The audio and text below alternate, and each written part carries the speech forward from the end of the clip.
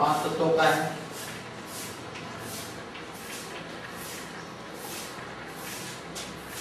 दूसरा है सूक्ष्म शरीर,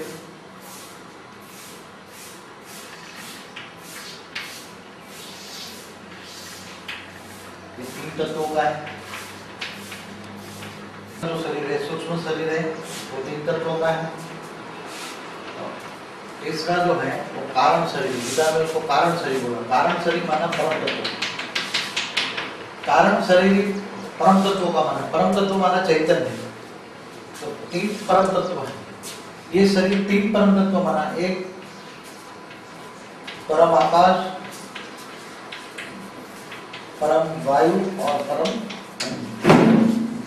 3 तत्वों का शरीर के अंदर भी हर कोई 3 तत्वों का जो शरीर है, परम आकाश वायु और अग्नि 3 तत्वों का जो शरीर है, उसके अंदर भी 7 प्रकार के शरीर हैं। 7 प्रकार के शरीर माना चैतन्य जो कॉस्मिक पावर है, 7 प्रकार के कॉस्मिक पावर के शरीर हैं। 7 प्रकार के अलग अलग कॉस्मिक पावर हैं। तो 7 कॉस्मिक पावर, वायुमंडल में जो कॉस्मिक पावर होता है वो ऑटोमेटिक कारण शरीर माना परम तत्वों का शरीर चार्ज करता है। और कारण शरीर चार्ज करता है वही कारण शरीर ही 3 तत्वों का सूक्ष्म शरीर को चलाता है, और 3 तत्वों का सूक्ष्म शरीर ही 5 तत्वों के शरीर को चलाता है। अब हमारा रोग कहाँ पैदा होता है? रोग का कारण क्या है? रोग का कारण है कारण शरीर माना परम तत्वों के शरीर। परम तत्वों में परम आकाश तत्व, परम वायु तत्व, परम अग्नि तत्व। परम आकाश तत्व क्यों खराब होता है? जब परम आकाश तत्व खराब होता है तब सबसे ज्यादा गड़बड़ होती है। परम आकाश तत्व क्यों खराब? परम आकाश तत्व में गड़बड़ क्यों आती है? सोचने से, ज्यादा बोलने से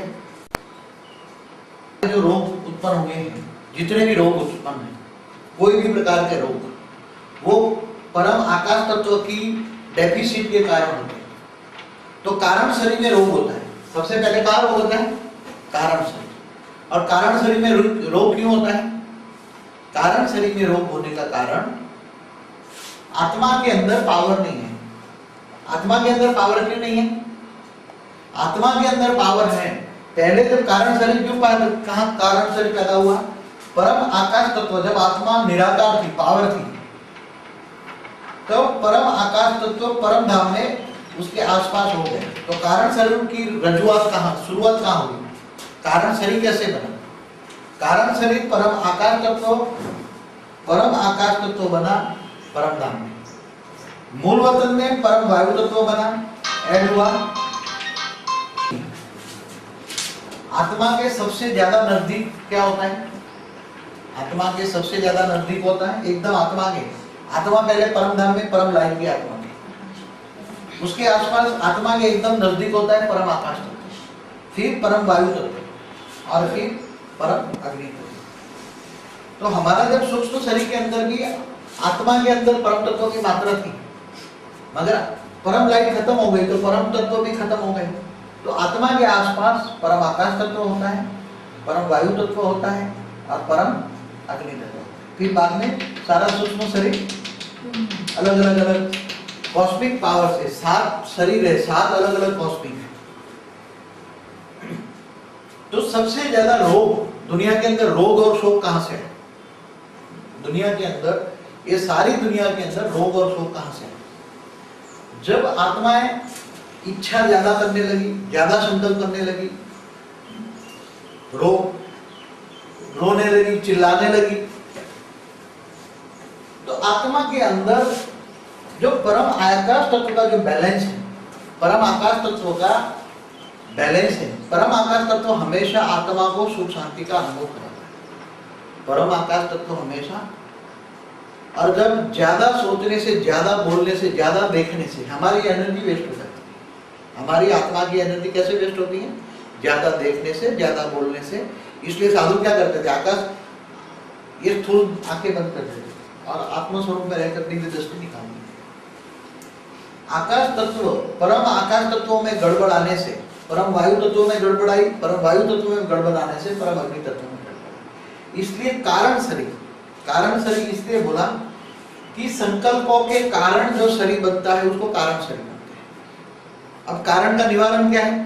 कारण का निवारण, अगर इस सूक्ष्म शरीर के अंदर, ये सूक्ष्म शरीर, ये कारण शरीर माना परम तत्वों का शरीर, ये परम तत्वों के अंदर डेफिसिट क्यों आई? परम तत्वों में डेफिसिट आने से तृण तत्वों का शरीर बना। परम तत्वों की मात्रा, ब्रह्मापुरी में परम तत्वों की मात्रा क्या हो गई? 50% कम हो गई। इसकी जगह 50% क्यों कम हुई? क्योंकि देवताओं ने जो जो अपने ब्रह्मांड बनाए थे, वो ब्रह्मांड में चलाने के लिए आत्मा की शक्ति चली गई, और आत्मा की शक्ति चली जाने से परम आकाश तत्व इम्बैलेंस हो गया, और परम आकाश तत्व इम्बैलेंस होने से परम वायु बैलेंस हो गया, परम वायु बैलेंस होने से परम अग्नि बैलेंस हो गया, और परम अग्नि बैलेंस होने से धीरे धीरे इनके आसपास, परम इसके आसपास अंदर साथ में जो अणु होता है, जो परम तत्वों का अणु होता है, हर अणु, जैसे आज सूक्ष्म शरीर का, कारण शरीर का भी, जैसे डॉक्टर बताते हैं 75,000 सेल है, तो ये परम तत्वों का भी अणु है। तो परम तत्वों का जो अणु है, ये परम तत्वों का है, उसके ऊपर परम वायु है, परम अग्नि है, और उसके ऊपर फिर वायु है, सब करके एक सेल बनता है। स्थूल तत्व उस पर जम जाते हैं। ये स्थूल तत्व है परम तत्वों का कारण। परम तत्वों में कचरा होने से, परम तत्वों में डेफिसिट आने से तीन तत्वों, वायु, अग्नि और आकाश, तीन तत्वों वाला शरीर बन गया, और तीन तत्वों में से फिर पांच तत्वों में आ गया। आत्मा जब योग करती है, योग किसको कहते हैं? संसार के अंदर, साधु के अंदर भी नेगेटिविटी कहां से है? साधु के अंदर भी नेगेटिव संकल्प कहां से है? क्योंकि जब आज सारे वायुमंडल के अंदर ब्लैक कॉस्मिक है, जो कॉस्मिक हमारा चैतन्य शक्ति है, जो ब्लैक कॉस्मिक है, सारे वायुमंडल के अंदर ब्लैक कॉस्मिक है। और जब सारे ब्लैक कॉस्मिक है और 1% ही गोल्डन कॉस्मिक है, 1% ही गोल्डन कॉस्मिक है। आज के वायुमंडल के अंदर 1% गोल्डन कॉस्मिक है और 99% नेगेटिव कॉस्मिक है, ब्लैक कॉस्मिक है। इसलिए 100% वायुमंडल गड़बड़ है। जब कोई भी योग करता है तो उसके वायुमंडल के अंदर से गोल्डन कॉस्मिक जाने की बजाय, आत्मा के अंदर गोल्डन कॉस्मिक जाने की बजाय ब्लैक कॉस्मिक जाती है। ब्लैक कॉस्मिक किससे बनती है? सात जो शरीर है, कारण शरीर के अंदर जो सात शरीर है, वो सात शरीर किसके कॉस्मिक से बना है? एक शुक्र की कौन सी कॉस्मिक होती है? शनि की। अलग अलग जो 9 7 जो मेन क्रिएटर है, कॉस्मिक के 7 मेन जो क्रिएटर है, उसके संकल्पों द्वारा कॉस्मिक बनी। तो अलग अलग कलर की कॉस्मिक है, इसलिए अलग अलग कलर की शरीर भी अलग अलग कलर का है। सभी सूक्ष्म कारण शरीर में सभी कलर है, कारण शरीर में सभी कलर का कॉम्बिनेशन है। अब जब योग करते हैं, ओम की ध्वनि करते हैं, तो ओम की ध्वनि से जब नाभि से यहाँ से ऊपर आप ओम की ध्वनि लेते हो, तो आओ तो ब्रह्मा विष्णु शंकर होता है ना। ओम माना ब्रह्मा विष्णु शंकर। जब ब्रह्मा विष्णु शंकर पूरी ही खत्म हो गई, ब्रह्मा विष्णु शंकर के पास भी पावर नहीं है, ब्रह्मा विष्णु शंकर भी मनुष्य बन गए। कलयुग के अंत में ब्रह्मा विष्णु शंकर भी मनुष्य बन गए। तब ओम की ध्वनि करने से उनसे जो पहले ब्रह्मापुरी, विष्णुपुरी, शंकरपुरी से ऊपर से जो पावर आती थी वो खत्म हो गई। क्योंकि साइंस का नियम है, जिसको तुम याद करोगे इससे पावर आएगी। जिसको तुम याद कर रहे इनके पास पावर ही नहीं है तो कहां से आएगी तुम्हारे? जिन देवी देवताओं की पूजा करते हो इनके पास पावर ही नहीं है, सारे देवी देवता मनुष्य बन गए। जिन देवी देवताओं की पूजा करते हैं इनसे क्या प्राप्ति होगी? कुछ प्राप्ति होगी? क्यों? और योग लगाने से भी कोई प्राप्ति नहीं होगी। कोई भी योग लगा लो, हठ योग लगा लो, सो जैसे कोई सिखाता है कि तुम प्राणायाम करो।